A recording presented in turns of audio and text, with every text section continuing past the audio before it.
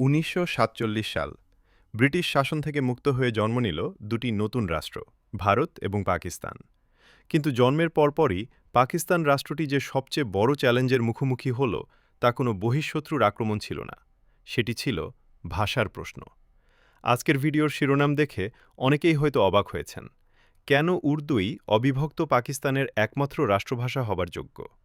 এই প্রশ্নটি আজকের দিনে দাঁড়িয়ে অবান্তর মনে হতে পারে, বিশেষ করে ১৯৫২ সালের ভাষা আন্দোলনের ইতিহাস জানার পর।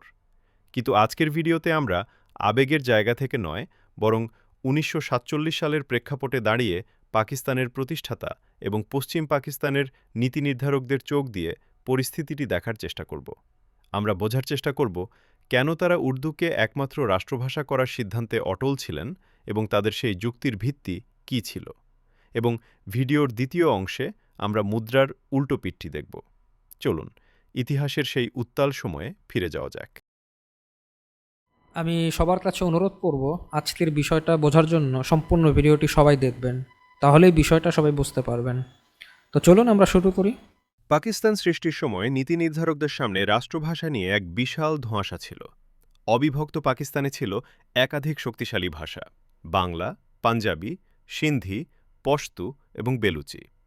এর মধ্যে কোনো একটি আঞ্চলিক ভাষাকে যদি রাষ্ট্রভাষা করা হতো, তবে অন্য অঞ্চলের মানুষের মধ্যে তীব্র ক্ষোভ সৃষ্টি হওয়া ছিল স্বাভাবিক। ঠিক এই জায়গাতেই উর্দু ছিল তাদের কাছে সেরা সমাধান। কিন্তু কেন? এর পেছনে ছিল মূলত তিনটি প্রধান ঐতিহাসিক ও রাজনৈতিক কারণ। প্রথমত, মুসলিম ঐতিহ্য ও মুঘল আমলের উত্তরাধিকার। দক্ষিণ এশিয়ায় মুসলিম শাসনের এক গৌরবোজ্জ্বল ইতিহাস রয়েছে, বিশেষ করে মুঘল আমল। মুঘলরা দীর্ঘ সময় ধরে এই উপমহাদেশের সিংহভাগ শাসন করেছে, আর এই মুঘল দরবার এবং তাদের পৃষ্ঠপোষকতাতেই উর্দু ভাষার বিকাশ ঘটেছিল। যদিও উর্দু কোনো নির্দিষ্ট অঞ্চলের ভাষা ছিল না, কিন্তু এটি হয়ে উঠেছিল ভারতবর্ষের মুসলিম অভিজাত শ্রেণী, বুদ্ধিজীবী এবং আলেম সমাজের প্রধান ভাষা। তাই পাকিস্তান যখন মুসলিম জাতীয়তাবাদের ভিত্তিতে তৈরি হল, তখন সেই নতুন রাষ্ট্রের ভাষা হিসেবে মুসলিম ঐতিহ্যের ধারক ও বাহক উর্দুকেই সবচেয়ে যোগ্য মনে করা হয়েছিল। দ্বিতীয়ত, উর্দু ছিল একটি নিরপেক্ষ সংযোগকারী ভাষা বা লিঙ্গুয়া ফ্রাঙ্কা। পশ্চিম পাকিস্তানের দিকে তাকালে আমরা দেখি সেখানে পাঞ্জাবিরা সংখ্যাগরিষ্ঠ। এখন যদি পাঞ্জাবি ভাষাকে রাষ্ট্রভাষা করা হতো, তবে সিন্ধি, বেলুজ বা পশতুনরা কখনোই তা মেনে নিত না। তাদের মনে হতো পাঞ্জাবিরা তাদের ওপর আধিপত্য বিস্তার করছে। এই আঞ্চলিক দ্বন্দ্ব এড়ানোর জন্য এমন একটি ভাষার প্রয়োজন ছিল যা কারো নিজের মায়ের ভাষা নয়, কিন্তু সবাই কমবেশি বোঝে। উর্দু ছিল সেই নিরপেক্ষ ভাষা।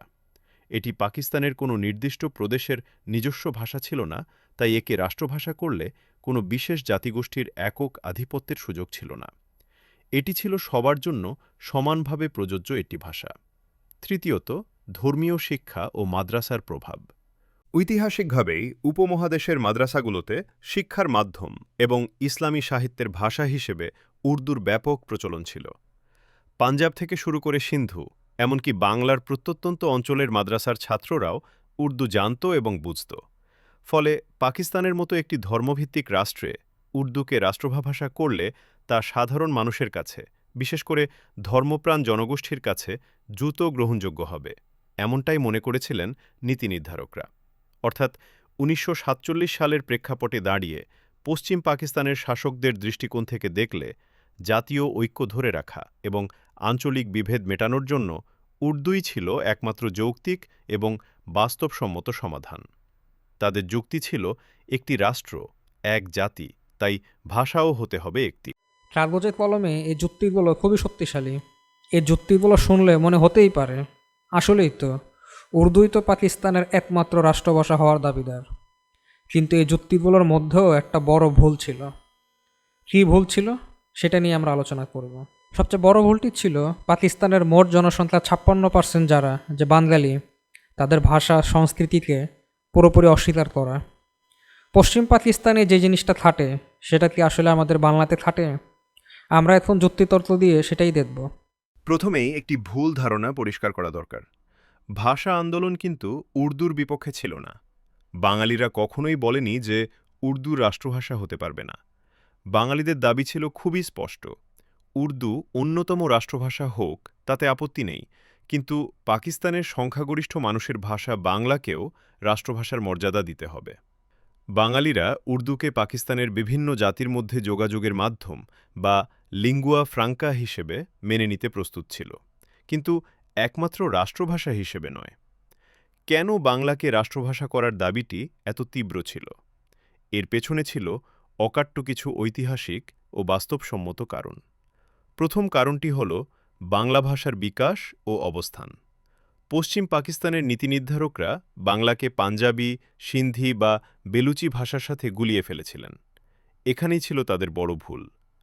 পশ্চিম পাকিস্তানে পাঞ্জাবিরা সংখ্যায় অনেক বেশি হলেও তারা কখনোই তাদের ভাষাকে দাপ্তরিক কাজে বা লেখালেখিতে ব্যবহার করত না। ব্রিটিশ আমল থেকেই পাঞ্জাবিরা মুখে পাঞ্জাবি বললেও তাদের অফিস, আদালত এবং সাহিত্যের ভাষা ছিল উর্দু। সিন্ধি বা বেলুচদের ক্ষেত্রেও অনেকটা তাই। কিন্তু বাংলার ইতিহাস ছিল সম্পূর্ণ ভিন্ন। বাংলা শুধু মুখের ভাষা ছিল না, এটি ছিল অত্যন্ত সমৃদ্ধ এবং উন্নত একটি ভাষা। ব্রিটিশ ভারতে অফিস, আদালত, শিক্ষা প্রতিষ্ঠান, সংবাদপত্র, সাহিত্য এবং মিডিয়াতে বাংলার ব্যাপক ব্যবহার ছিল। এমনকি দ্বিতীয় বিশ্বযুদ্ধের সময় জাপানিরাও যখন ব্রিটিশ বিরোধী প্রোপাগান্ডা চালিয়েছিল, তারা পোস্টারগুলো বানিয়েছিল বাংলা ভাষায়, কারণ তারা জানত এই ভাষার গুরুত্ব। ব্রিটিশ আমলের টাকা এবং ডাকটিগুলিতেও বাংলা অক্ষরের উপস্থিতি ছিল। এমন একটি প্রতিষ্ঠিত এবং সমৃদ্ধ ভাষাকে রাতারাতি রাষ্ট্রীয় কাজ থেকে বাদ দেওয়া ছিল অসম্ভব একটি ব্যাপার। দ্বিতীয়ত, ব্যবহারিক সংকট এবং বৈষম্য। পাকিস্তান হওয়ার পর যখন দেখা গেল নতুন রাষ্ট্রের টাকা, ডাকটিকিট, ট্রেনের টিকিট এবং সমস্ত সরকারি ফর্ম থেকে বাংলা ভাষাকে বাদ দিয়ে শুধু উর্দু ও ইংরেজি ব্যবহার করা হচ্ছে, তখন বাঙালি শিক্ষিত সমাজ প্রমাদ গুনল। এমনিতেই পূর্ব বাংলায় শিক্ষার হার কম ছিল, তার ওপর যদি হঠাৎ করে অফিসিয়াল কাজ করার জন্য নতুন করে উর্দু শিখতে হয়, তবে এই অঞ্চলের মানুষ রাতারাতি অশিক্ষিতে পরিণত হবে। সবচেয়ে বড় ভয়ের জায়গা ছিল অর্থনৈতিক ও সামাজিক বৈষম্য। বাঙালিরা যতই চেষ্টা করুক, তাদের পক্ষে উর্দুভাষী বা পাঞ্জাবিদের মতো সাবলীল উর্দু বলা সম্ভব ছিল না। আজও পাকিস্তানে বাঙালিদের উর্দু উচ্চারণ নিয়ে হাস্যরস করা হয়। যদি উর্দুকে একমাত্র রাষ্ট্রভাষা করা হতো, তবে সরকারি চাকরি থেকে শুরু করে সব ধরনের প্রতিযোগিতায় বাঙালিরা পিছিয়ে পড়ত। এটি ছিল বাঙালিদের অস্তিত্বের সংকট। তৃতীয়ত, গণতান্ত্রিক অধিকার এবং আন্তর্জাতিক উদাহরণ। গণতন্ত্রের মূল কথাই হল সংখ্যাগরিষ্ঠের মতামতের প্রতি শ্রদ্ধা। যেখানে পাকিস্তানের ৫৬% মানুষ কথা বলে বাংলায়, সেখানে সেই ভাষাকে উপেক্ষা করে মাত্র ৭-৮% মানুষের মাতৃভাষা উর্দুকে চাপিয়ে দেওয়া ছিল চরম অগণতান্ত্রিক। তাছাড়া পৃথিবীর অনেক দেশেই তো একাধিক রাষ্ট্রভাষা বা অফিসিয়াল ভাষা আছে।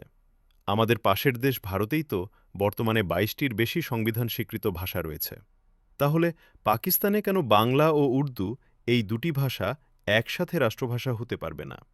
বাঙালির এই দাবিটি ছিল একেবারেই যৌক্তিক এবং বাস্তবসম্মত। পরিশেষে বলা যায়, ১৯৪৭ সালে উর্দুর পক্ষে যে যুক্তিগুলো দেয়া হয়েছিল, তা হয়তো পশ্চিম পাকিস্তানের প্রেক্ষাপটে সঠিক ছিল, কিন্তু তা সমগ্র পাকিস্তানের বাস্তবতাকে ধারণ করতে পারেনি।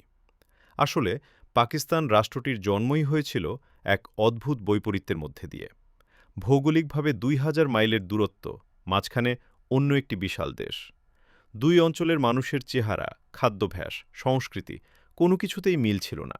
শুধুমাত্র ধর্মের ভিত্তিতে এমন একটি রাষ্ট্র আধুনিক যুগে টিকে থাকা ছিল প্রায় অসম্ভব। ইতিহাস সাক্ষী, একই ভাষা এবং একই ধর্মের অনুসারী হয়েও ব্রিটিশ এবং আমেরিকানরা যুদ্ধ করে আলাদা হয়ে গিয়েছিল। সেখানে ভাষা ও সংস্কৃতির এত বিশাল ব্যবধান নিয়ে পাকিস্তান যে খুব বেশি দিন এক থাকতে পারত না, ভাষা আন্দোলন ছিল তারই প্রথম সতর্কবার্তা। আমার কন্টেন্টটি আপনাদের কাছে কেমন লেগেছে আপনারা মন্তব্য করতে পারেন, এবং কন্টেন্টটি যদি ভালো লেগে থাকে তাহলে আমার চ্যানেলটা আপনারা সাবস্ক্রাইব করতে পারেন। আর আপনাদের কোনো অভিমত যদি থাকে, কোনো অনুরোধ যদি থাকে, সেটাও আপনারা করতে পারেন। ধন্যবাদ সবাইকে।